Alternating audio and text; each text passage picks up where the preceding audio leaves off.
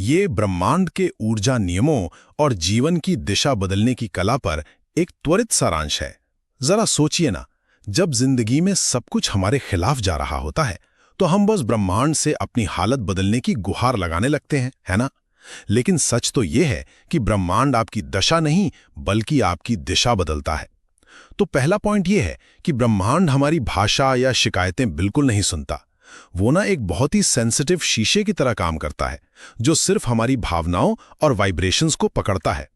अगर आप अंदर से दुखी हैं और सिर्फ शिकायत कर रहे हैं तो आपको वही अनुभव वापस मिलेंगे। इसे एकदम एक रेडियो फ्रीक्वेंसी की तरह समझिए। आप निराशा के स्टेशन पर ट्यून करके खुशी के गीत थोड़े ही सुन सकते हैं। दूसरा, ब्रह्मांड के साथ हमें सहभागिता करनी है, उसे ऑर्डर नहीं देना है। वो कोई नौकर नहीं है। जब आप ये पूछना बंद कर देते हैं कि यार मेरे साथ ही ऐसा क्यों हो रहा है, और इसकी जगह सोचते हैं कि मुझे इससे सीखना क्या है, तब आप शिकायतकर्ता से सह निर्माता बन जाते हैं। अब आप कहेंगे, भाई जब नौकरी छूट रही हो या रिश्ता टूट रहा हो तो इसमें पॉजिटिव क्या है? बात एकदम सही है, लेकिन सच मानिए बिल्कुल इसी टूटने वाली स्थिति में ही एक नई योजना का मोड़ छिपा होता है। अपने विचारों के रूपांतरण को समझिए। विचार एक ऐसी एनर्जी है जो कभी खत्म नहीं होती। जब आप अपने डर को हटाकर उसे भरोसे में बदल देते हैं तो ब्रह्मांड उसी एनर्जी को एक सपोर्ट सिस्टम बना देता है। बिल्कुल तूफान में फंसे उस नाविक की तरह, जो हवा की दिशा तो नहीं रोक सकता लेकिन उसका रुख समझकर अपनी नाव की पाल खुद की दिशा में जरूर मोड़ सकता है। इसलिए ब्रह्मांड से अपनी दशा बदलने की भीख मांगना बंद कीजिए और सही दिशा चुनने का साहस दिखाइए। कई बार ऐसा होता है ना कि शोर इतना ज्यादा बढ़ जाता है कि कुछ भी साफ दिखाई नहीं देता। बस आज हम उन्हीं गहरे रहस्यों को सुलझाने की कोशिश करेंगे। हम देखेंगे कि जिंदगी के सबसे बड़े जवाब इस शोर शराबे में नहीं बल्कि बिल्कुल शांत रहने में कैसे मिलते हैं। अब एक बड़ा ही दिलचस्प सवाल है, और ये सवाल कभी ना कभी हम सबके मन में जरूर आता है। होता क्या है जब अचानक से कोई बड़ी समस्या सामने आकर खड़ी हो जाती है? घबराहट, बेचैनी, मन बार बार एक ही लूप में फंस जाता है कि अब आगे क्या होगा।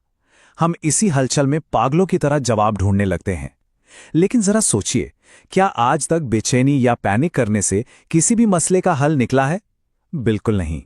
तो यहीं से हमारा पहला अहम बिंदु निकल कर आता है, एक बेचैनी से शांति की ओर बढ़ना। ये कोई ऐसा वैसा ऑप्शन नहीं है बल्कि एक सख्त जरूरत है। इसे समझने के लिए पानी का एक बड़ा ही सटीक उदाहरण लेते हैं। मान लीजिए एक बर्तन में पानी है और हम उसे जोर जोर से हिला रहे हैं। क्या हम उसके आर पार देख पाएंगे? बिल्कुल नहीं। एकदम अराजकता सी मच जाती है। लेकिन अगर हम उसी पानी को थोड़ी देर के लिए बिल्कुल शांत छोड़ दें तो क्या होगा? पानी एकदम स्थिर हो जाएगा और सब कुछ शीशे की तरह साफ दिखने लगेगा। हमारे दिमाग का भी बिल्कुल यही हिसाब है।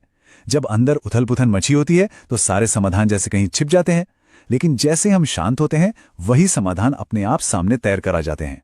तो इसका असली फॉर्मूला क्या है? वो फॉर्मूला है धैर्य, संतोष और शांति। ये तीन चीजें जब एक साथ मिलती हैं ना, तो ये एक अल्टीमेट कॉम्बो बन जाता है। फिर समस्या चाहे पहाड़ जितनी बड़ी क्यों ना हो, उसका हल निकल ही आता है। सच मानिए, अशांति का अगर कोई एक पक्का इलाज है तो वो बस शांति ही है। चलिए अब अपने दूसरे अहम हिस्से की तरफ बढ़ते हैं। 2, वाणी और आत्मनिर्भरता।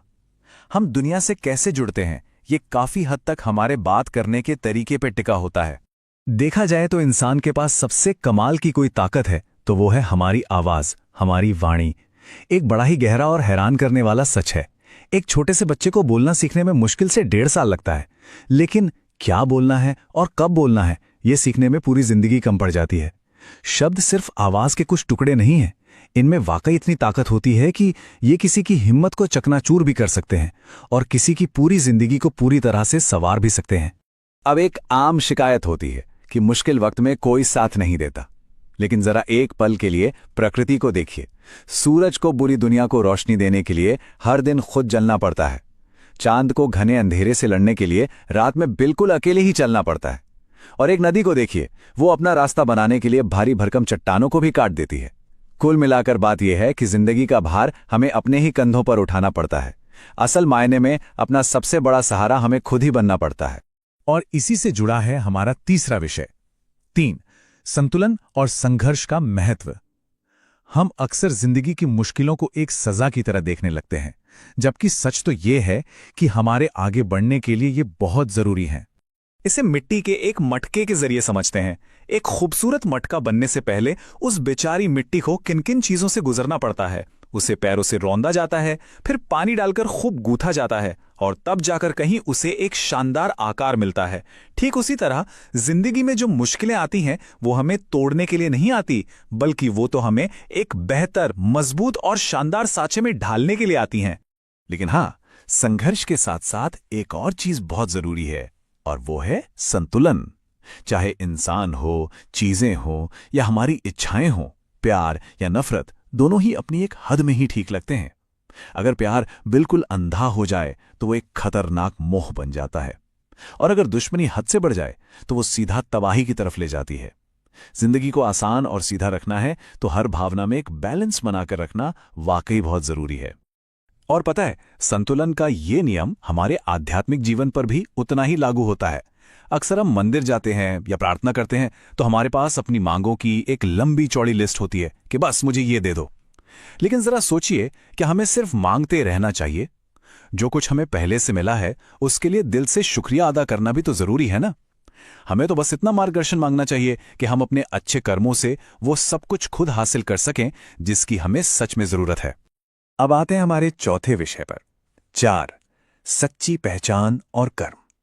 इस शरीर और समाज के दिए हुए ढेरों लेबल से हटकर हमारी असली पहचान आखिर है क्या? तो हमारी सच्ची पहचान क्या है? वो है हमारा नाम। लेकिन ठहरिए, ये वो नाम नहीं है जो हमें जन्म के वक्त हमारे माता पिता से मिलता है, क्योंकि वो नाम तो इंसान के साथ ही खत्म हो जाता है। असली नाम वो है जो इंसान जीवन भर अपने बेहतरीन कर्मों से कमाता है।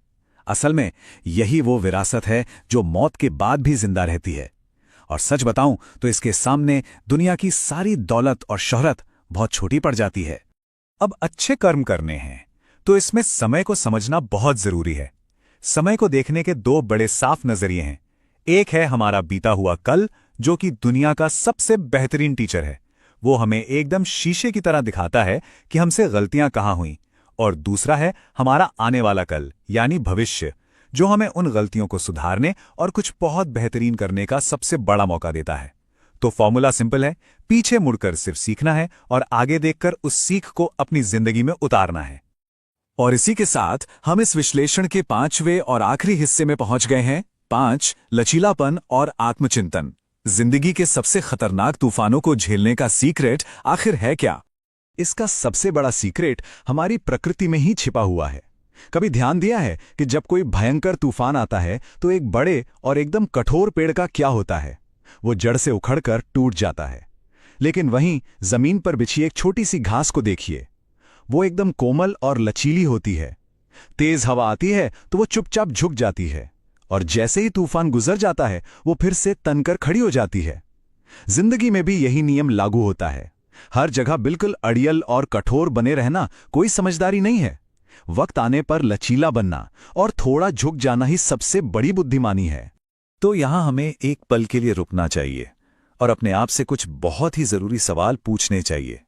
हमारी रोजमर्रा की आदतों पर एक नजर डालना बहुत जरूरी है। जब कोई समस्या आती है तो क्या घबराहट हावी हो जाती है, या हम शांत दिमाग से उसका हल ढूंढते हैं? क्या हम सही वक्त का इंतजार करते हैं या जल्दबाजी में कोई बेहतरीन मौका गंवा देते हैं? क्या हमारे शब्द किसी को गहरे घाल देते हैं या फिर किसी के लिए मरहम का काम करते हैं?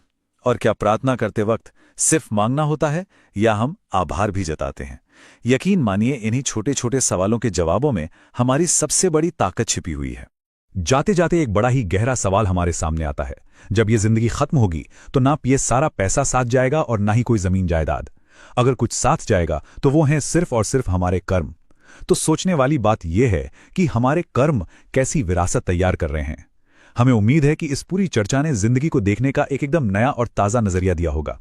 बस दिमाग को शांत रखिए, अपने कर्मों को शानदार बनाइए और अपने अंदर छिपी उस असली ताकत को पहचानिए। आज के इस विश्लेषण में हमारे साथ जुड़े रहने के लिए बहुत बहुत धन्यवाद।